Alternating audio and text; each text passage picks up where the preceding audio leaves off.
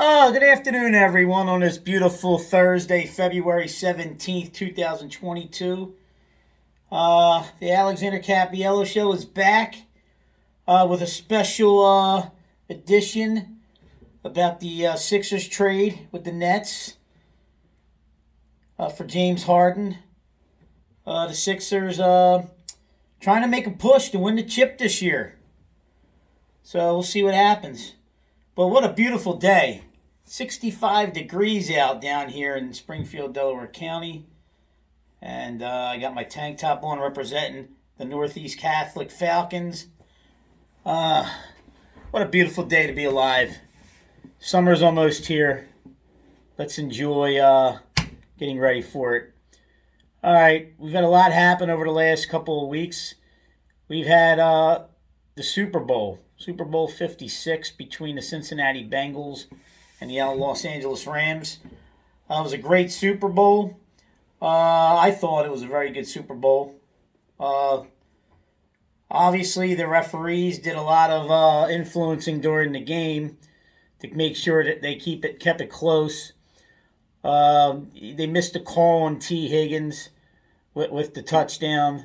Jalen Ramsey, he definitely pulled Higgins' face mask and twisted his head around. I mean, they let that go because at that point the score was 20-13, actually 17-13. And then on the next possession, Stafford throws the interception, and then they couldn't capitalize, and they kicked the field goal to go 20-13. And at that point, when I was watching the game, I said to myself, I said, that missed call, there's going to be a makeup call later in that game. It obviously was more than a makeup call. There was about 4 calls that they called on Cincinnati. Now, a couple of them were well-deserved. The late headshot on Cooper Kupp in the end zone. That was one of them. But the call on the linebacker, Hendrickson, the phantom call where it was 3rd down and they were inside the 10, and he goes and he makes a great play on Kupp because they were doubling Kupp that whole last quarter, second half. For the whole game, really, after Beckham went out. And the guy's just such a great route runner that he was able to get open just enough to get the ball and make plays. But Hendrickson made a great diving play, swatted the ball down, didn't even touch him, and they call a penalty there, which obviously, stretched the game further, gave him another extra 4 downs, and when you're inside the 10, instead of it being 4th down, and which would essentially probably been the ball game, they go ahead and they give him an extra 4 downs and they go in and score. I mean, it's really become quite predictable, these games, the last couple of seasons, where the officiating is just, they influence and control the game enough to go ahead and make every game, every meaningful game in the last few weeks of the season, every playoff game came down to a field goal this year. It was absolutely just ridiculous. And you see Aaron Donald at the end of that game make that play on Burrow, where Burrow had to get rid of the ball. He had Jamar Chase wide open, because Ramsey fell down, which NBC did a horrible job not showing the replay of that. I mean, why not show the replay of Ramsey falling down and telling you what, Burrow could have had if he could have got the ball off, and if they would have, basically called Aaron Donald for being offside. He was way offside, lining up in the neutral zone, and they didn't call it. I mean, how can you miss those calls? I mean, it's just, and for me, how I feel about it is that I feel bad for the Cincinnati fans who've waited all these years. I mean, they lost 2 Super Bowls in the 80s, in 81 to San Francisco and again in 89 to San Francisco. I mean, it's a shame because, I have some friends up in, Cincinnati, and especially this particular one friend of mine. And, he's been suffering, for all of the 60 years of his life.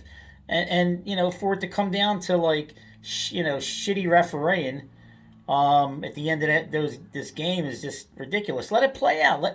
I guess they assumed when they made that call on Hendrickson that, he had to have held him, to make such a great play on Cooper Kupp.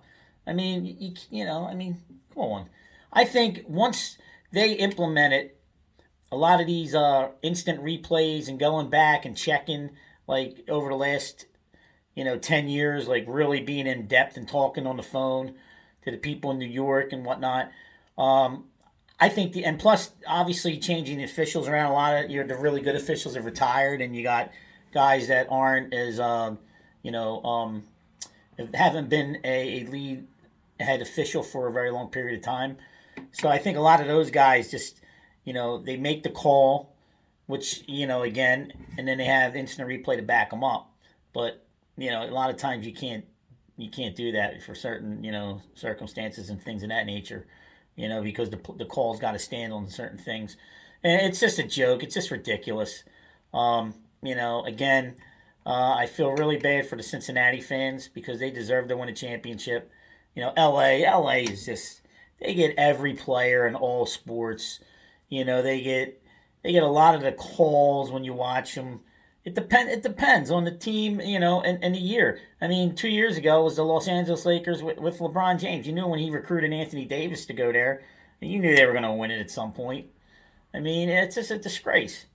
I mean, yeah, maybe I'm a little jealous and bitter that can't happen in Philadelphia. We get stuck with, guys. I mean, it just come over here. Like, I think James Harden, my opinion on that deal, and I'll get to it later in the show, is just a guy who's, banged up, injury prone the last couple of years, and on the downside of his career, 33 soon.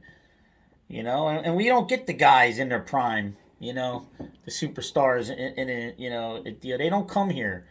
Now, again, we'll get into that too, why they don't want to come here later on. I mean, obviously, you see Ben Simmons, who could have had this whole fan base, in the palm of his hands, and he decides to run and blame mental illness. There's a difference between, mentally not being mentally strong and mental illness, but in today's world, there's a lot of people that are not mentally strong using the mental illness card, as a way to escape. And, there's a difference there, being mentally strong, not mentally strong, and then mental illness. I mean, I don't know.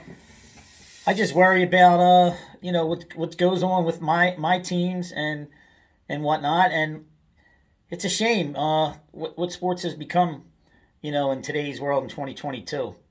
And with all the gambling going on, with the gambling apps and stuff, who's to say these referees don't have people going in and betting games and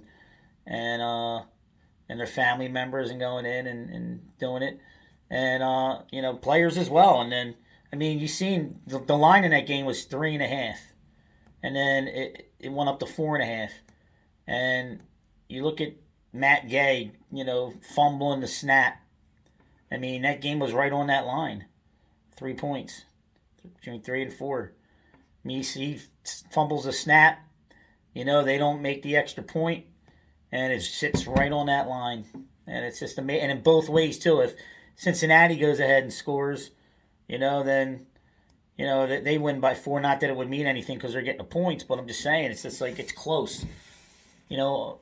Pretty much every Super Bowl over the last 10, 15 years, every game, meaningful playoff game, it is always close. And again, it's because it's influenced by the officiating. And some of it because it's just piss poor officiating, and others is just corruptness, shit going on behind the scenes. I remember my father told me a long time ago, he said, Alexander, he goes, you will know by halftime, after halftime, who's going to win the game. He goes, that's when the mob gets involved. And that's the truth. He was right. Because the second half, I mean, it doesn't matter what happens in the first half. It's who has the most money on what team in the second half, because you just look at all the calls, which way the calls go. I mean, you can call holding on every play, pretty much. I mean, there's plays where they're dragging their jersey from behind on pass. They're pulling the jersey from behind when their receivers are running routes. And there's times where, how do you blow that when you're standing right there? The line judge is standing right there. The field judge, he's right there. So, like, I mean, unless the game's too fast for these guys, which then they shouldn't be on the field officiating, You can't miss those calls. They're, so they pick and choose when to call them, you know, and it's a joke, and that's why it's so hard to win against the spread in the NFL or in any sport. You look at the Sixers the other night. Sixers played Boston. Sixers are a better team than Boston. Now Boston had an 8-game winning streak coming into that game. They're coming into Philly, right? Boston was a 2 point favorite in that game. Why? When the Sixers are the better team, right? So they're telling you right there, they're laying it out right there that Boston's going to win that game tonight. And if you're sharp and you know what you're doing when you're betting, you're going to take Boston, even though they're playing at Philly. So that was a perfect game for Boston to slip up. So they're telling you right there that, are they telling you Boston's a better team than Philly? I don't know. But they're telling you, the line's telling you that Boston being a favorite coming into Philly, they're going to probably win that game. Now, on the flip side, last night, Boston was home against Detroit. Detroit stinks. Detroit has like 12, 13 wins? Terrible. And they're in the bottom of the conference. Yet, they're a 12.5 point dog on the road at Boston. And Detroit wins the game outright. So any Sharpie out there who's betting knows, oh, look, I'm gonna take Detroit. Boston 9-game winning streak, had a big, huge, rival on the road, big 50-point win on the road against a huge, bitter rival in the Sixers. Now, I'll take the 12 in Detroit. A lot of people, that are smart bettors would have took Detroit. Now, on the other hand, you got people who would be like, Detroit sucks, I'll take Boston. He just beat the Sixers by 50. That's when you have the letdown. Now, I'm going to make a prediction and say tonight, the Sixers, who are a 6.5 point underdog at Milwaukee, keep the game close, possibly win the game outright. Because after being embarrassed at home like that by 50 points, a couple days to let it simmer and think about, I fully expect the Sixers to go ahead and come out tonight and keep the game close, possibly win it. So, but yeah, so that's what the week was last week with the Super Bowl and with the Sixers. But in between, we had a nice little Valentine's Day gift on Tuesday where James Harden is a Philadelphia 76er. At the deadline, the Sixers trade Ben Simmons, Seth Curry, Andre Drummond, and 2 first-round draft picks. This year's and 2027, with the possibility of being a 2028. Now, personally, I don't like the deal. I would have rather waited. Harden would have been a free agent at the end of the season. He could have signed here if he really wanted to be here. Then you could have traded Simmons to say, and got a little bit less, than a James Harden. Now, granted, James Harden, in my opinion, he's had a great career. He's come up small in a lot of big situations. In the 2012 finals, he had terrible fourth quarters. Now, then he was a 6-man off the bench, but he was 1 for 10. Another time he was 2 for 11. So he had some very bad games in that final. But that was 10 years ago, and he was very young at the time, 22, 23. But I've also caught his act with Houston in the inability to close out Golden State in a crucial Game 6 at home, and then they had to go on the road and they lose. Now, people want to say that, he had great games, he put up great stats. Well, as we've seen around here with Tobias Harris, a lot of those stats are empty stats too. Because you could score, early in the middle of the game. And I know the playoffs, especially, conference finals games, they'll amp up the defense. They'll play defense hard pretty much the majority of the game. But and I don't care what anybody says. In the last 5 minutes of any game, especially conference finals games and stuff, they'll play extra hard defense. They'll really amp it up, even more so than earlier in those conference finals games. which they still play in your face defense, but it's not as touchy, hands on as they do late in those games. And then also too, he came up short. Little alligator arms. Coming up short shooting. So I mean, I don't care about stats. I care about endings. I care about wins. And he just doesn't look like a winner to me, James Harden. He just doesn't look like a winner. And in the last 2 seasons, he's had nagging injuries now because he came back fat last year, so he had the hamstring injuries last year and this year. And I'm curious to see how he'll mesh and play with Embiid. I mean, Embiid's the guy. You know, he's the 30 and 20 guy, 30 and 15 guy.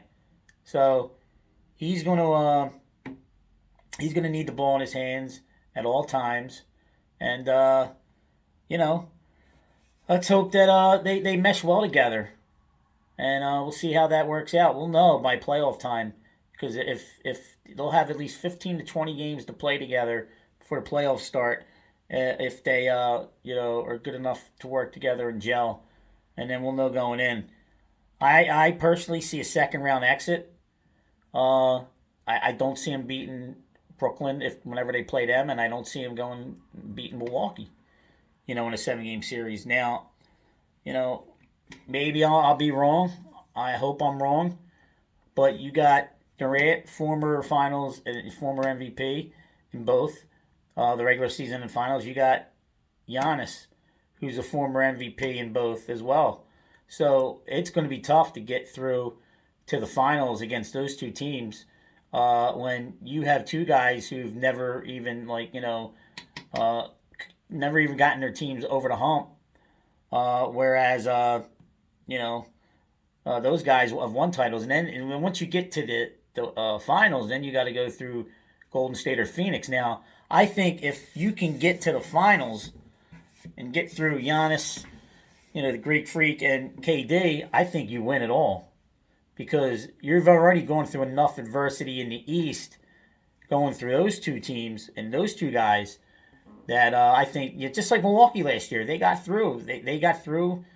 They got through the Nets. Now the Nets were banged up. Kyrie was hurt, and then James Harden played through a hamstring injury.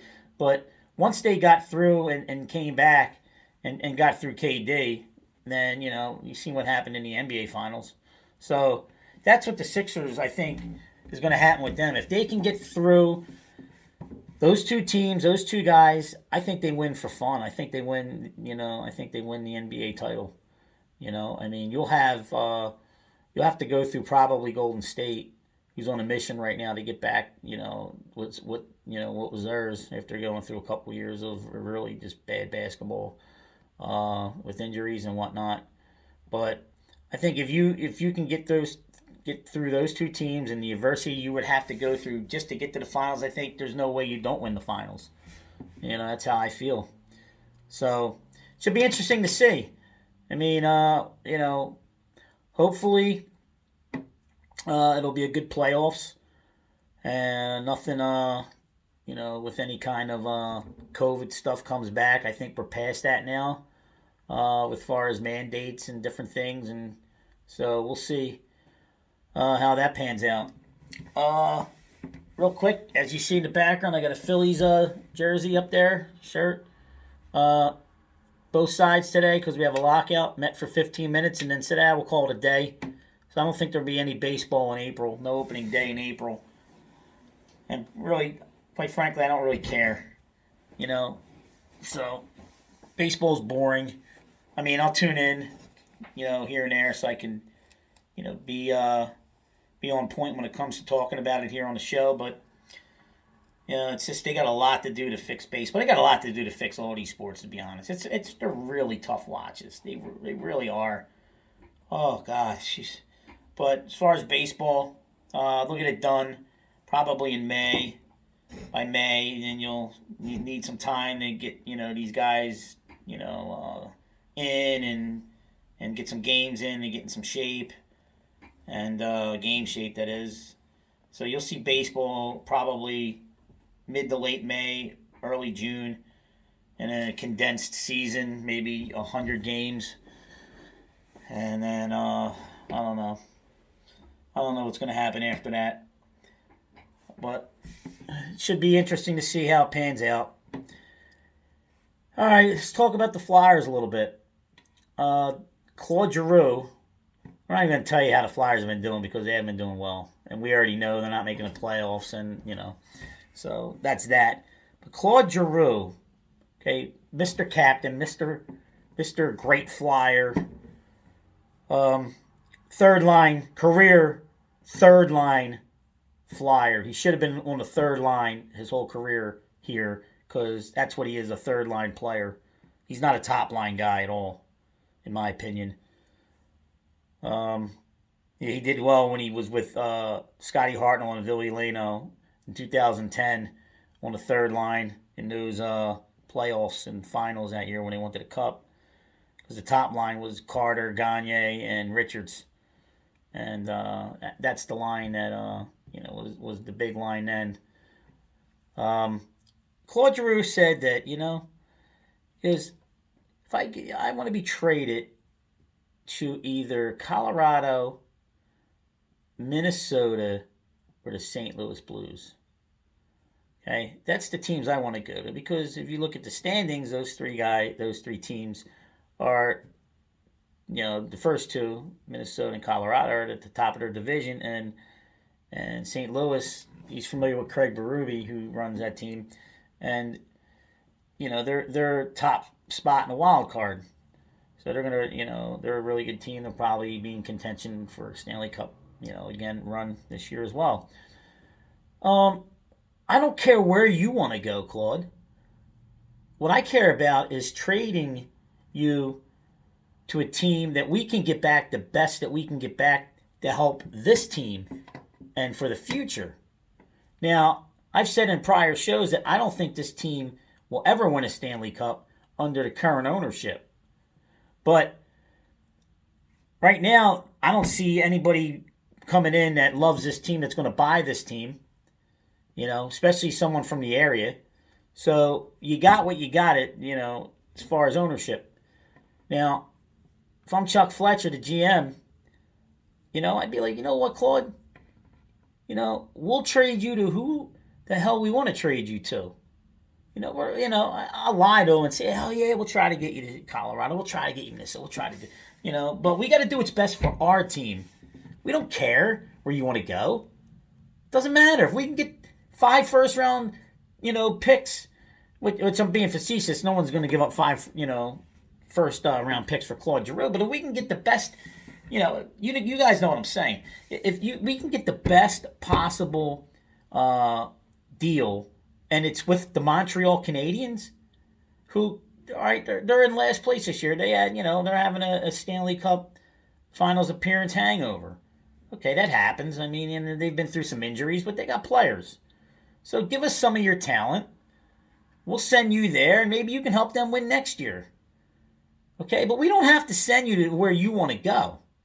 That's for goddamn sure.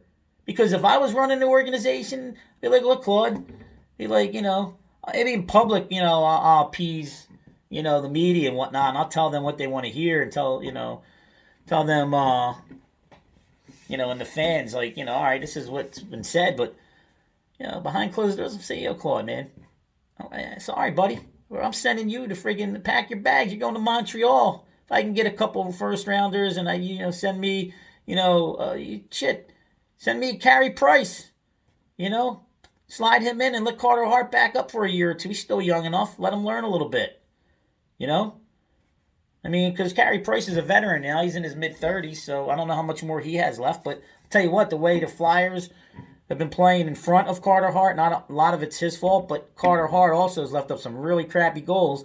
So, maybe he needs to sit and be a backup and, spark a little bit of fire under his ass. Then you have a guy who's, been a great goalie for a long time that can probably, and he's also a hero of Carter Hart's as well. So he's looked up to Carey Price for a long time, when he was a kid.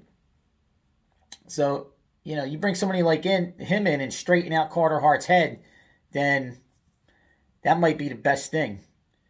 But will Montreal make that deal? you'd have to probably give up a Carter Hart to get Carey Price. But I don't know what Montreal has in their minor league system, but maybe they got a couple goalie prospects. Or I would consider giving up a Martin Jones. With Giroux, if you can somehow get a Carey Price, but that's not going to happen. It's just I'm trying to get the best possible deal for Claude Giroux. Okay, so as far as you, send it. Let me go to Colorado. Let me go to the West Coast. Not going to happen, pal. Okay. If it wouldn't be under my watch. We'll send you to who's going to give us the best deal. And if Chuck Fletcher and this organization don't get enough back for Claude Giroux, I know I said he's a third line. He should have been a third line guy, and he had like 4 good seasons to where he played at like a number 1 guy, number 1 first line center. But if you check out his stats, up and down, first line guys. You look at the guys out in Edmonton. Leon Draisaitl and Connor McDavid, they already have, in 45 games, they already have like almost 70 points. They're on like 125 to 130 point pace. They're first line guys. Claude Giroux had I think he had 1 year at 102 points and another year at a little over 100, or it might have been just right around 100. And after that, he had another year at 90 something, and then he had 80 something points. So, for 4 years, he was like first line guy, or 2 years maybe, first line guy, and then second line guy. But, all the other stats, for me, he's a third line guy. Third line, second line guy, but mostly a third. And I'm sorry, first line guys get you 100 points. You look at Leclerc, Renberg, and Lindros. Those are legit. They were legit first line guys. So, I just think that, with everything that went down with Carter and Richards and them having problems with Laviolette, and that's another thing. You had, and this guy was the captain now for all these years, because Laviolette couldn't get along with, or let's say Carter and Richards couldn't get along with Laviolette, who was a great coach, won to the finals. Won everywhere he went. He took the Islanders back in 2001, to the playoffs, when the Islanders were crap for like over 10 years. They weren't good until they weren't good for all in the 90s. After they won those 4 cups, they were a terrible organization for a long period of time until Laviolette took it over. And so he made them an all-winner. Went to Carolina, who was, again, one of those teams on the borderline, really good talent. They needed a coach that, and a couple players. And he went out and brought in Rod Brindamore to be the center of that team in 05. They won a cup, 05, 06. They go on. So the Flyers are lucky to get this guy. Don't work out with Richards and Carter because, Laviolette's a disciplinarian and his style of play is move the puck, boom, boom, boom. They play fast as teams. And the Flyers are still stuck in the mud. They're a slow, always been historically slow for the most part, skill-wise. But he gets them to the finals that first year, okay? And so Claude Giroux becomes captain after those 2 guys are moved, and he can't play for Laviolette.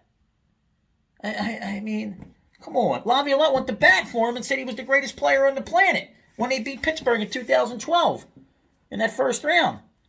But then he comes up short against the New Jersey Devils, and the rest is history. And then the following year, he's gone. He's fired. 3 games into the season. They started out 0-3 in 2013, and they fire Peter Laviolette. I mean, come on, man. Here's a guy who's had a great track record, and he gets your team to the playoffs, okay? And the first 2 years, they went to the finals, and they lost to Chicago. And the second year, they ended up losing in the second round to the Devils. Then there was a lockout. Then when they came back, and he had a bad third year, but they still made the playoffs, and they just lost. Okay. Then the fourth year lasted 3 games. You give the guy 3 games. Berube takes over, plays a defensive type style play. They make the playoffs and losing 7 games in the first round to the Rangers. Then they don't sniff the playoffs again for another few years. And they bring Hackstall in. You had a championship caliber coach in Craig Berube. The guy left and he goes to St. Louis and wins a freaking Stanley Cup. So it's two. That's 2 Stanley Cup coaches you have under Claude Giroux as captain. And, Claude Giroux doesn't have either the brains to step up and say, for at least Craig Berube, like, well, why are you getting rid of this guy? Because if you're a captain and you're supposedly the best player on the planet or the best player on your team, you have to stand up to management and say, look, this guy's good, unless he didn't get along with Craig Berube.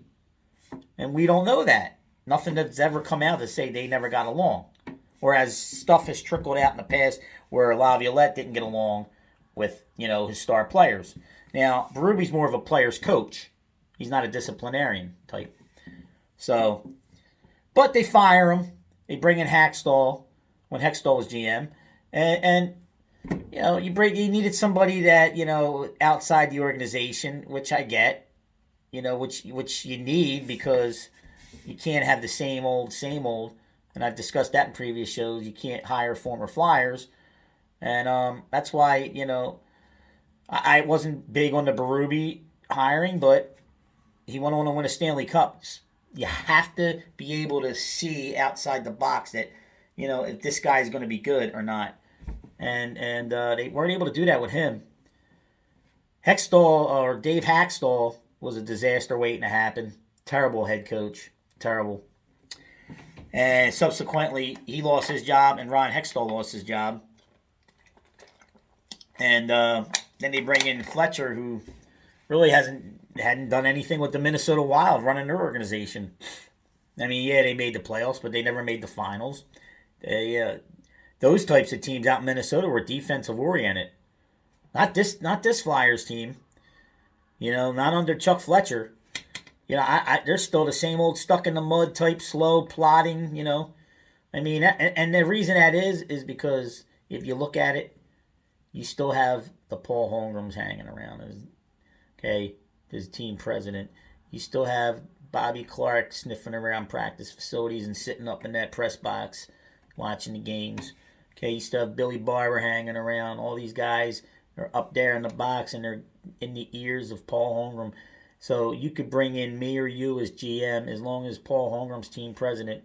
Team ain't going nowhere. Paul Holmgren's been a stone cold loser everywhere he's gone. As a head coach with the Hartford Whalers, the GM here, they've never gotten over the hump. So that's why you got a clean slate, clean house. Get rid of everybody. Ownership has to sell the team to someone, like I said, who's from the city, has money, and is in love with the team, and grew up, with the Lindros era, and now is a guy in his late 30s, 40s, and has money, and can go out and change his team because they're the same old. Whether you bring in Chuck Fletcher, or doesn't matter who else, they're still, as long as Holmgren and those guys are in the background, they're still the same old plodding, not a fast team. And you can bring in fast players like Cam Atkinson and so on and so forth. It just seems like that once they get here, for some reason, they slide off. And they're not the same player. I don't know. Travis Konechny, I don't know what happened to him. The guy, year 2, 24 goals. He ended up 47 points. Year 3 exploded. 60-some points. And then all of a sudden he falls off the face of the earth.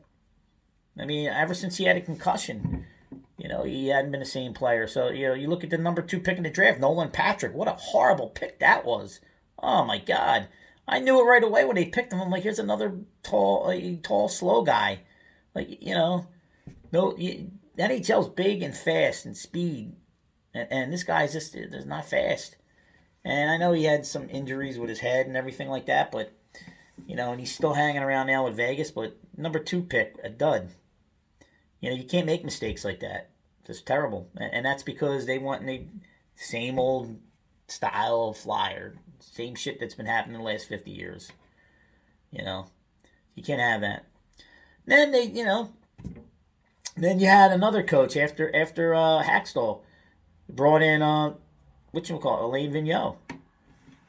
Again, been to the Stanley Cup Finals twice with the Vancouver Canucks and the New York Rangers. Didn't win, but he got them there.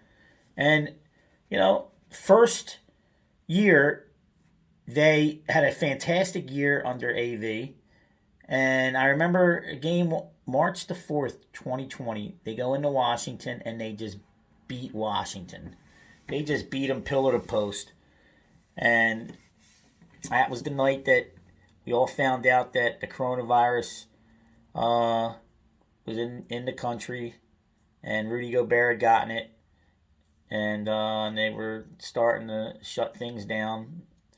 The NBA, the NHL eventually came after that, another week or so, and it just seemed like after they got back from the break, they in the playoffs they won that first round, and then they lost the second round to the Islanders, and then after that, just everything went downhill with the Flyers. I don't understand. They didn't make the playoffs last year, and then this year to start, and they fire AV. Like, you had 3 Stanley Cup coaches you fired in the last 12 years. That's not good. You got to take a look at the players after that. I mean, you got 3 Stanley Cup caliber coaches who know how to make teams win, and you don't even give them the time. I mean, come on. You got to look within then. And so at that point, I would have tried to get rid of Giroux and maybe JVR because those guys, they are what they are now. Nothing's going to change. They're not winners. Unless you stick those guys on the third line with a really, really stacked team because they're third line guys. So you can't blame these head coaches, other than Dave Hackstall. It's a shame. You got to draft better. You got to draft better, meaning draft with the sign of the times. The NHL is not what it is. There's no really physicality in the game anymore. There's even in the playoffs there's some hitting, but it's not like it used to be. It's all speed now, back and forth. Skill players. Tall, fast skill players, and even these smaller guys are super fast and skilled. And that's, I guess, what they thought they had in Konechny, and I guess that's what they thought when they brought in Cam Atkinson, but even Cam Atkinson now looks a little on the slower side, and, he just doesn't look like the same player. And then Travis Konechny, he's just fallen off since he's had that concussion, so, Flyers got a lot of stuff they got to do, in the future if they want to win. And like I said, in my opinion, they need to sell the team and change the whole culture, or else you're just the way it's going to be, So, but I don't know. It's tough times here. Really all you have is the Sixers right now, and even then, who's to say they won't get to past the second round, which I think that they're going to have problems. But if they can get to the finals, like I said, then I think they can win it. Rehashing the Eagles. I think we're going to have another year of Jalen Hurts, which I don't want, but I think that's what's going to happen. As far as Jalen Hurts, he's a low-level starter. He would be a top-level backup for a few games here and there. But he's not a starter for a championship team. This year was a mirage. Okay? Next year, I don't care who they draft. Okay? And they may even make the playoffs because the NFC now is weak. You got no really quarterbacks. Rodgers will probably be gone. But even if he does stay with Green Bay, who do you have as quarterbacks in the NFC? You have Stafford, obviously. And you have, if Rodgers stays Rodgers, but then you have Kyler Murray. I'm trying to think of who else. Kirk Cousins. I mean, Jimmy G, he stinks. He's a low-level starter. Better than Hurts. Russell Wilson, who the Eagles are trying to get. Better than Hurts. I mean, but you don't really... And they're all those guys are like 30 or over. So, I mean, except for Murray. So look, you got to have an arm playing the NFL. You got to pass the ball. Okay, and you got to run too. Okay, running controls the clock, but at the end of the day, you need to throw the ball in this day and age in the NFL. And Jalen Hurts isn't that guy. He isn't a guy who can throw the ball down the field. He isn't accurate. And he can't read defenses. Todd Bowles said it. They mic'd up on the sidelines in the Tampa Bay game in the playoffs. He said this guy can't read defenses. I mean, he had guys. He had Devontae Smith wide open all day. Devontae Smith was wide open all year long. He couldn't get him the ball. And like when he reads defenses and when he goes back to pass, if his first option isn't there, okay, he runs. Okay, he's running, and he can only roll to his right. He can't roll to his left. So right then and there, he's limited. He's limited to one side of the field. You know, so he'll be back next year because if they can't get Rodgers or Wilson or even the massage guy, Watson, which I don't think they'll probably be able to get these guys because now what I'm hearing is that they won't be able to get those guys, so that's why Hurts will be back for a second year. But unless anything changes last minute, and they can get one of those guys, and But see, when Hurts was drafted here, was drafted to be a backup to Wentz. When you draft a quarterback in the second round quarterbacks normally they're mid-level guys. They end up being, some of them end up being, if you go back and check the history, some of them there's been only 3 that ended up being really, really great players. The majority of them are middle of the road or low-level starters in the league, and that's it. And they're generally backups. And he was drafted to be a backup to Carson Wentz. Carson Wentz now got worried, and it affected his head. Plus, he's kind of banged up from the injuries in the past. He hasn't been the same since the ACL against the Rams in the championship year. So that affected him, and he didn't win any competition, and he subsequently it affected him, and so the Eagles really thought when they drafted Jalen Hurts, because they said a few years ago with the Nick Foles thing that we're a quarterback factory, so we can mold any quarterback. But Nick Foles was already a pretty good starter, just above mid-level starter in the league. A lot of people forget he won 27 touchdowns and 2 interceptions he had in 2013 under Chip Kelly. So he's always had that kind of talent, to where he'd have, some really great games and have a really great season. A lot of people forget they lost to New Orleans in that playoffs in 2013 season, 26-24. He left the field with a 24-23 lead.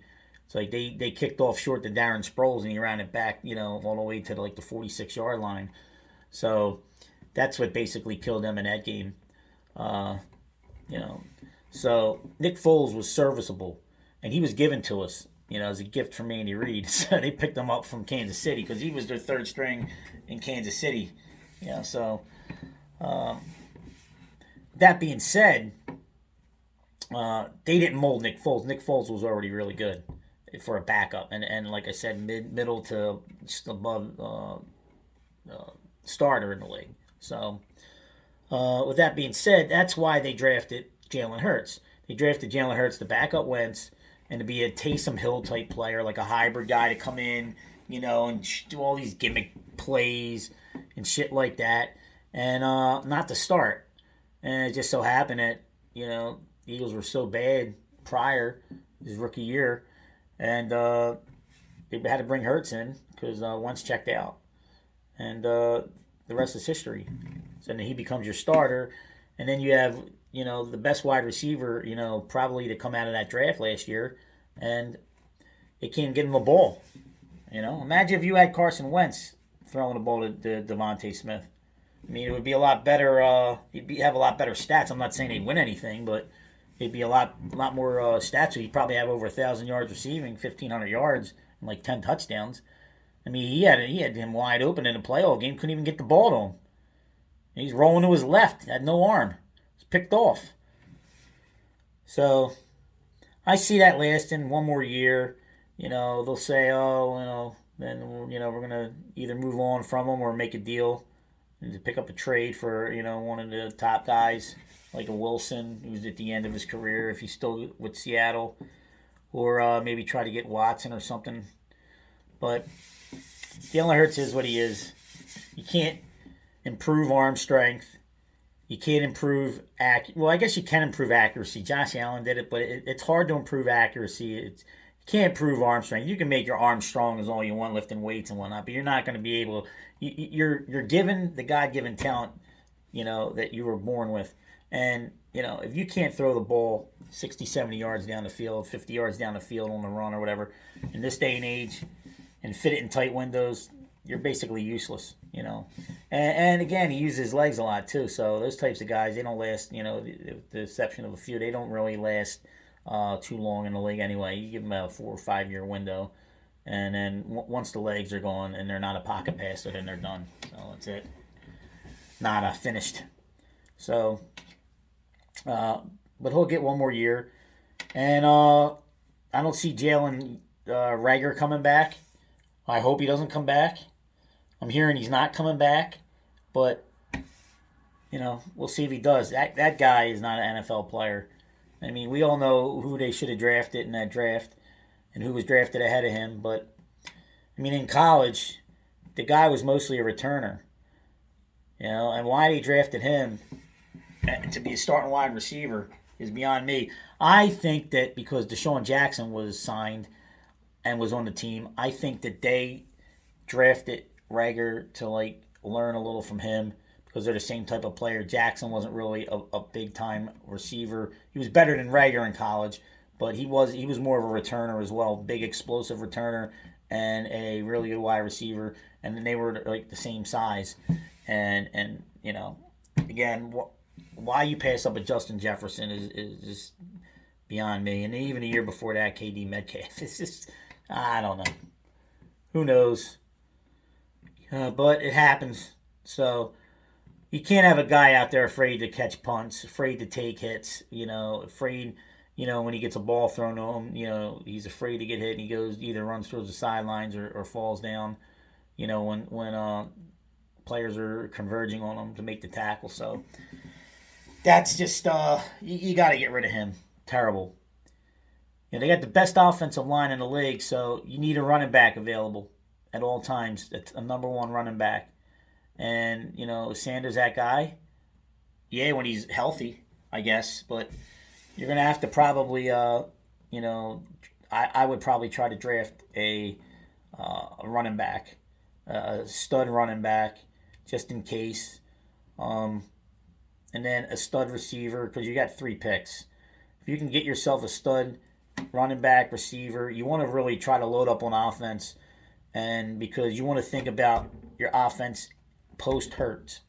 Because if he can't perform with a stud running back and another stud wide receiver alongside Smith, then he's definitely not the quarterback of the future. And then you would definitely know then. But that's what I would do. And then I would go ahead and I'd try to get me a linebacker. Your defensive line's pretty stacked. I'd try to get me a linebacker. They don't believe in linebackers, the Eagles, but I do. I would try to get me a linebacker and a safety to replace maybe McLeod when he's done. And then, or a corner. Linebacker, safety, corner. Because big play Slay, he's over 30 now, 31, 32. So you're not going to have him much longer at in his prime. Now, I was kind of hoping the defensive coordinator, Gannon, was gone and get hired by Houston, but unfortunately that didn't happen. So now you're stuck playing 10 yards off the ball, which is ridiculous. And that's not Slay's suit. Slay's a man, a man-in-your-face kind of coverage guy, and that's how he plays best. And when he had his good games this year, it was because, he was up a little bit closer to the receiver. So they definitely need help on the defensive side of the ball and on the offensive side of the ball. But you got to get the ball to your best players on offense because offense is key. Offense is numero uno in this day and age. So that's how I feel about that. I mean, I think next year, the schedule's probably a little bit lighter next year. I looked at it.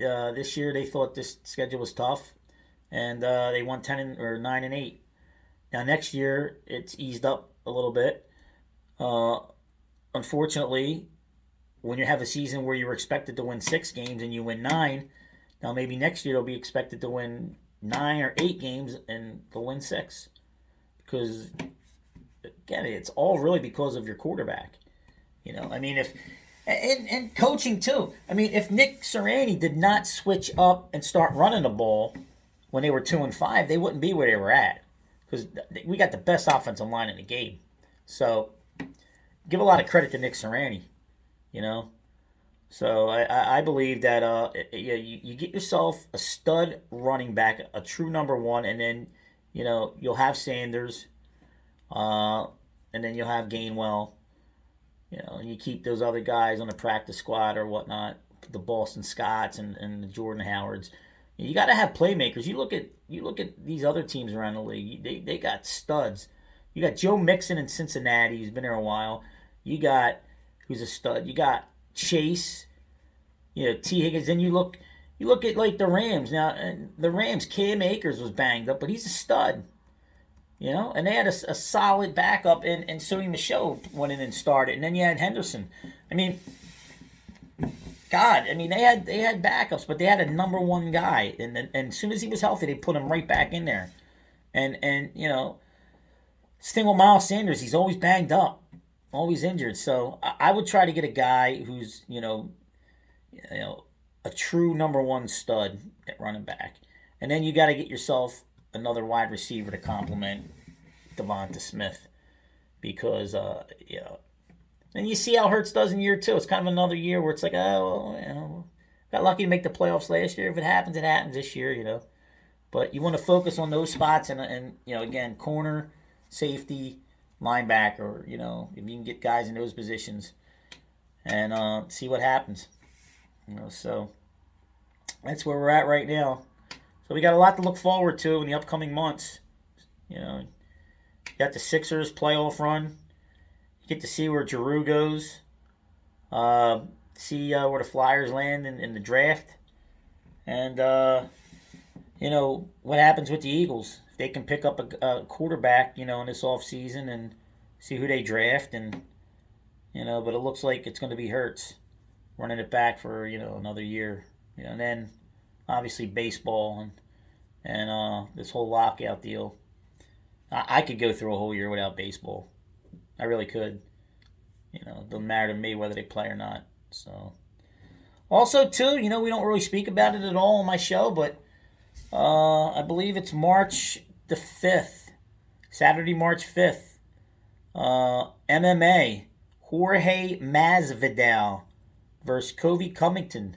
Former teammates, now bitter rivals. So that's going to be a great matchup. Both guys coming off severe losses to Kamaru Usman. Oh, that's a stud right there. Kamaru Usman. If any of you guys are familiar with MMA, Kamaru Usman has just rolled through the whole division. So it's going to be those two March 5th. I like to win that fight. I like Kobe Covington. He has better skills on the ground, and he's younger. He's 33, and even though he took 2 beatings, the second one not as bad as the first one from Usman. Masvidal's 37 now, and he was never knocked out ever up until we fought Usman a few months back last year. And you get knocked out like that at that age, you're never the same. So I see him getting brutally beat again, this time a beaten, and possibly not cold. Even though I do like Jorge Masvidal as a fighter. He started back in the days with the old Kimbo Slice days, like 20 years ago, fighting in backyard street fights. Not once got stopped. He was never stopped in professional mixed martial arts until Usman stopped him. Even Usman said after he took that first fight on 5 days' notice, Masvidal, and lost like 20-something pounds. And Usman, just basically was holding on to him stomping on his feet because he was afraid, to get hit. He was afraid that, to take the shots. He wasn't really at that particular time 2 years ago confident enough in his abilities to throw a punch and knock out Jorge Masvidal. But he got over his fears. He said this was the only fight that he got in his head. Like, he was really extremely nervous. That he was afraid, like, oh, this guy could beat me. But Masvidal, is what he is, and it should be a good fight, between him and Kobe. But I think Kobe will knock him out cold again. I think he'll get knocked out cold, or get beat up pretty badly, and then you'll start to see Masvidal like go into the sunset. You can't keep fighting at that age, and especially all the years he's put in, and all the like shots that he's taken to continue it at the level he was on for all that time. You look at a guy like Tony Ferguson, El Coué. People are familiar with the MMA, and he went through a long period of time where he was on like this ridiculous fight win streak of like 15 in a row, and the pandemic. I'll tell you what, this pandemic has really screwed a lot of people up. Not only people, but teams. I mean, you look at teams like the Flyers before the pandemic. You look at guys like Jorge Masvidal, had the great 2019, 3-fight knockout streak. The whole year, he knocked everybody out, all his fights. Tony Ferguson.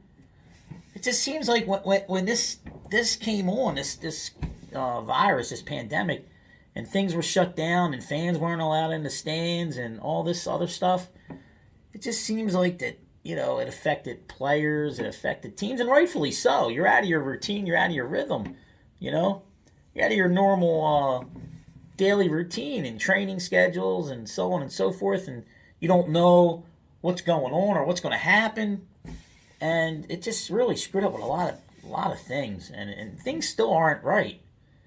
It's a shame, and now you get a new president during that time, and you want things to be better, but gas prices are almost $4 a gallon.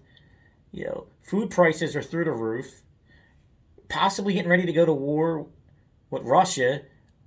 I mean, when you have a weak president, and you have a president who's not only weak, and he's been in the system for what, 50 years now, and he's never done anything to improve the country. When he was when he was in the Senate, in Congress, what makes you think he would do anything as president? And it's a shame. And I know he's really not running the country. You got the people in the background, and he's just a figurehead. He was selected. He wasn't elected. He was selected, people. But like you look at gas prices now, and you just look at the way the country is, and it's racial relations is at the worst it's ever been, and and I blame the media for that, and I blame the far left, and it's just sad. It's just sad that where our country's going through to appease certain people. It's a shame. I mean, look, we should all be created equal. We should all be together as one. Not one person should be above or below us. We should all be one. Treated the same, given the same fair opportunities, given the same treatment for jobs. Nobody should be, given, preferential treatment for jobs. If you go take a city job and, or take a city test for a job, where you land on that list is where and what you scored is what you should, be at. You shouldn't be bounced over for someone else because of race or whatnot, or anything, color. I mean, it shouldn't be like that, And with everything with what's going on, people don't want to work. People are afraid to go to work if you're a cop, because you're afraid that something might happen out on the job and you might end up in prison. And it's a shame, it really is. I love all people. I love black, whites, Hispanic, Chinese, Asian. It's just I think that the way what's going on, with this country, I blame the media. I blame social media. I never had a problem with anyone in almost 50 years of my life. I grew up in a very, very bad neighborhood. I just got out of there recently, and I lived there for most of my life. And I had all kinds of friends that were of different, uh, ethnic backgrounds, and I love them all to this day. It's a shame, but I don't think that anyone should be placed above one another. You know, I really don't. I think we all should be created equal. It's just a matter of who wants to put the work in, and who wants to put the time in, and really go after what they want, no matter what color or race you are. Now, granted, are there some instances where you know people are not given a certain opportunity because of race or color? I believe so, but it's also like that, you know, for other ethnic backgrounds as well. I mean, if you're going to go out there as an Asian person or a Hispanic person or a white person, and you're going to stamp tattoos all over your face and all over your arms, you know, and you walk into an office atmosphere, you're probably not going to get the job if you apply for a job. Who knows? I mean, maybe I'm out of touch with that. Maybe people are getting hired for that in certain jobs. I know back 20, 30 years ago when I worked an office job, people didn't have tattoos on their face or arms. I mean, it's just the way it is, you know. Basically, all I'm saying is that you know the media is really driven, a wedge into race relations, and it's a shame, you know. I mean, I know firsthand. Like, I have my best friend was black, and he worked in a pharmaceutical company, and he never once was, and he hung around a lot of us different people who were white, Hispanic, and Asian, and it's a shame. I mean, he never once complained about any type of hate against him. I mean, he went to school, and he worked in a pharmaceutical company, and he turned out to be really, really good at what he did, and he just recently passed away, but and God rest his soul. But I miss him very dearly. But you know, it just seems like a lot of things have changed in this country over the last bunch of years, and it is what it is, I guess. But I didn't mean to make this political, but that's why the show is called Philadelphia Sports Talk and More. So I look, I'm not saying I know what it's like to be like in someone else's shoes. I don't. So all I'm saying is that everyone should be created equal, and that's the way it should be. And and if you get turned down for a job, or for an opportunity, we all have. I have been numerous times in my life. You just, you don't complain about it. Well, you can complain about it, but you just dust yourself off and you move on to the next opportunity and keep fighting. That's what used to be great about this country. Now I don't know. So that's how I feel. I love each and every one of you guys. I hope to keep doing the show and continuing to do the show over time. It's been a rough couple of months after the new year, after coming down with COVID and whatnot. But I'm slowly getting back into the swing of things, and then we'll go from there. So, hope you enjoyed this show, and hope to hear from you guys soon and put out more shows. Take care.